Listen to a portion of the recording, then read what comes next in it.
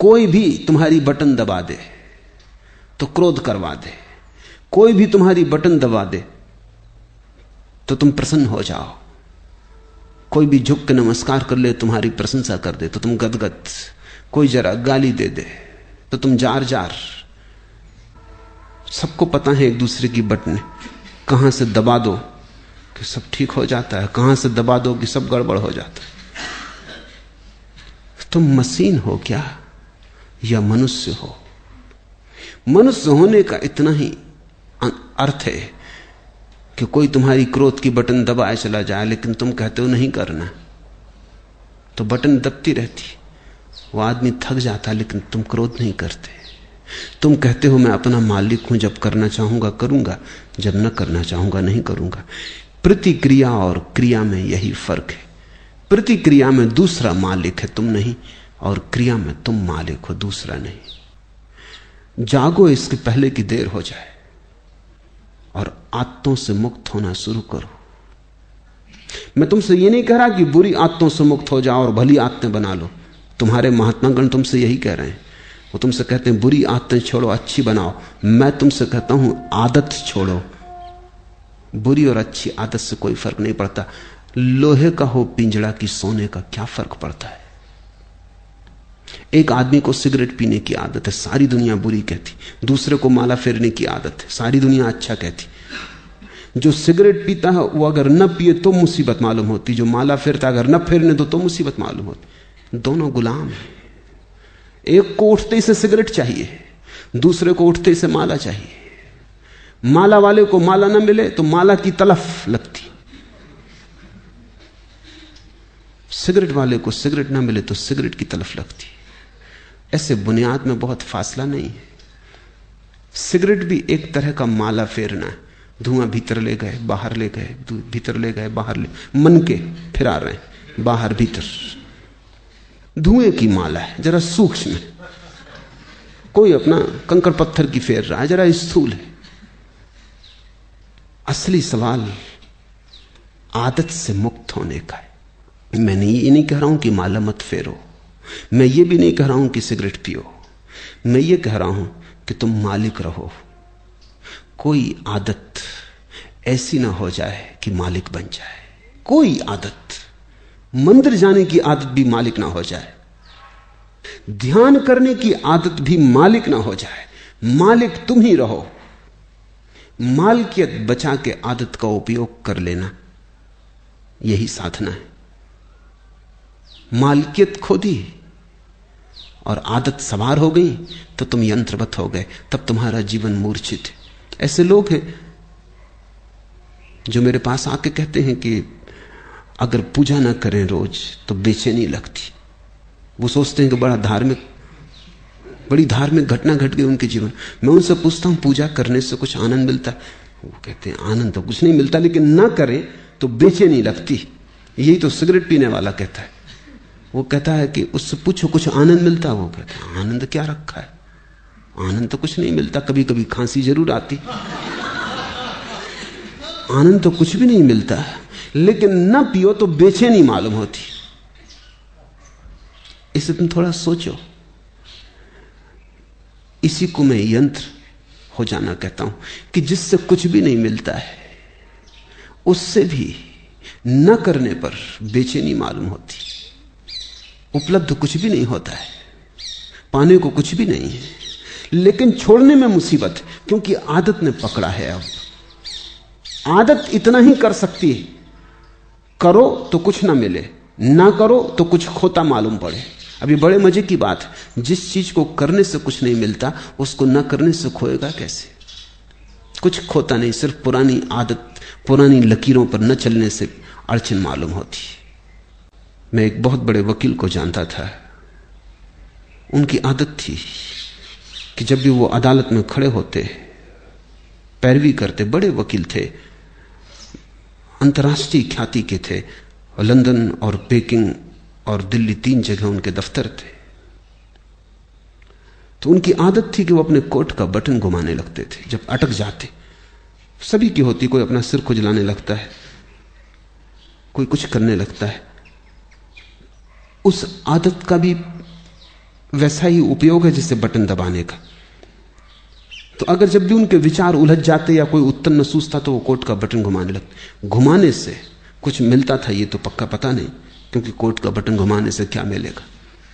और जिसकी बुद्धि उलझी हुई हो, समझ में ना आ रहा हो, वो कोई कोट के बटन घुमाने से कुछ बात समझ में आ जाएगी।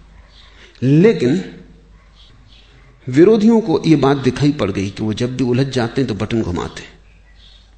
एक बड़ा मुकदमा था, एक बड़ी स्टेट का मुकदमा था प्रिवी काउंसिल में, लाखों का मामला था। तो विरोधी वकील ने उनके सोफर को मिला लिया, कुछ पैसे दिए और कहा कि तू इतना करना, उनके कोट के ऊपर का बटन तोड़ देना। तो वो जब अदालत में अपना कोट लेके हाथ में रख के आए तो वो बटन नदारद था। तो उस वक्त उन्होंने देखा भी नहीं, कोट डाल लिया। जब वो पैरवी करने लगे और वक्त आया, हाथ कोट के बटन पर गया, बस सब गड़बड़ हो गया। जैसे मस्तिष्क ने सांस छोड़ दिया, कुछ सूझबूझ ही ना रही, चक्कर सा मालूम हुआ, बैठ गए। पहला मुकदमा हारे वो मुझसे कहते थे कि उस बटन से मुझे मिला तो कभी कुछ नहीं, लेकिन गंवाया मैंने बहुत। उस बटन के घुमाने से कुछ मुझे सूझबूझ आती थी, ऐसा भी नहीं था, लेकिन बटन न पाके बस मैं समझ ही ना पाया कि अब क्या करूं। हाथ से जैसे कोई हथियार छूट गया। भरोसा किए बैठे थे और वक्त पर जिस पे भरोसा था वो दगा दे गया।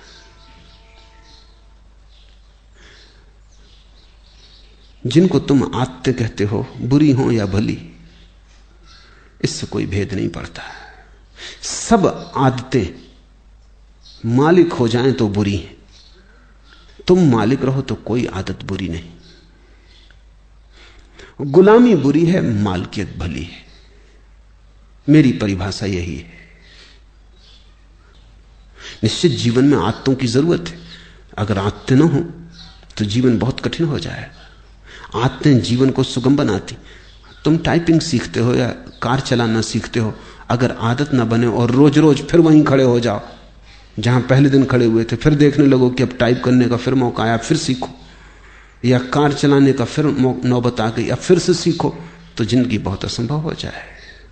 तुम कार चलाना एक बार सीख लेते हो, आदत बन गई, फिर हाथ ही काम किए चले जाते हैं। फिर तुम्हें ध्यान भी देने की जरूरत नहीं होती। ठीक ठीक ड्राइवर गीत भी गुनगुना लेता है, बात भी कर लेता है, रेडियो भी सुन लेता है, और कुछ तो ड्राइवर ऐसे हैं कि झपकी भी ले लेते और गाड़ी चलती रहती। जीवन में आदत की जरूरत है, बस ध्यान इतना ही रखना जरूरी है कि आदत मालिक ना हो जाए। मालिक तुम बने रहो तो संसार में कुछ भी बुरा नहीं। स्वामित्व तुम्हारा हो तो संसार में सभी कुछ अच्छा है। स्वामित्व खो जाए, तुम गुलाम हो जाओ, तो वो गुलामी चाहे कितनी ही कीमती हो, खतरनाक है। हीरे जवाहरात लगे हों सींचों पर, जंजीरों पर, तो भी उनको आभूषण मत समझ लेना, वो खतरनाक है, वो महंगा सौदा है। अपने को गंवा के इस जगत में कमाने जैसा कुछ भी नहीं। हाँ, अपने को बचा के जितना खेल खेलना हो खेल ले सकते हो। जब परमात्मा ही लीला कर रहा है तो तुम क्यों परेशान हो? लेकिन परमात्मा मालिक है, और जब तुम भी अपनी आत्माओं और संस्कारों के मालिक हो जाओगे तो तुम भी अपने छोटे से संसार में परमात्मा हो जाते हो। बुद्ध ने इसी को होश कहा है कि सब करना लेकिन होश पूर्वक करना। कदम भी उठाना तो होश पूर्वक उठाना, उठना बैठना लेटना होश पूर्वक। कोई भी चीज बेहोशी में मत करना। अगर तुम होश को साधते रहो तो आदत तो बनती रहेगी, आदत का तुम उपयोग करते रहोगे, लेकिन आदत के पीछे होश की धारा भी बह रही है। चैतन्य का दिया भी जल रहा है, वो भी निर्मित हो रहा है, उसकी भी सघनता बढ़ रही, उसका भी प्रकाश गहन होता जा रहा है। जीवन में सिर्फ आदतें ही आदतें रह जाएं तो आत्मा खो जाती है। आदतों के पीछे तुम भी रहो अलग पृथक, और इतनी तुम में मालकियत हो कि किसी आदत को अगर तुम छोड़ना चाहो तो इसी क्षण छोड़ दो, लौट के दोबारा सोचने की जरूरत भी ना पड़े। तुमसे मैं कहता हूं जो जो आदत तुम्हें पकड़े हो, जबरदस्ती पकड़े हो, उसके प्रति होश साधना। मैं तुमसे नहीं कहता सिगरेट पीना छोड़ो, मैं कहता हूं होश पूर्वक पियो। मैं तो यहां आश्रम में एक कमरा बनवाने जा रहा हूं जहां होश पूर्वक सिगरेट पीने वालों को सुविधा होगी कि वो जाके वहां सिगरेट जरूर पिए, लेकिन जितनी देर पिए उतनी देर ध्यान रखें। एक क्षण को भी बेहोशी में न पिए बस। फिर अगर पीना हो तो मजे से पिए, कोई हर्जा नहीं। लेकिन मैं जानता हूं अगर होश सज जाए तो ऐसी मूढ़ता कौन करेगा। ऐसी मूढ़ता तो बेहोशी में ही होती है। तो मैं तुमसे कुछ भी छोड़ने को नहीं कहता, क्योंकि मैं जानता हूं छोड़ने से कभी कोई छोड़ नहीं पाया। मैं तुमसे केवल होश साधने को कहता हूं, क्योंकि मैं जानता हूं होश साधने से जो भी व्यर्थ है अपने आप छूट जाता है और जो सार्थक है बच रहता है। होश आध्यात्मिक जीवन की आखिरी कीमिया है, अल्केमी है, वो रसायन है। उसके अतिरिक्त सब विस्तार की बातें हैं। आज इतना ही।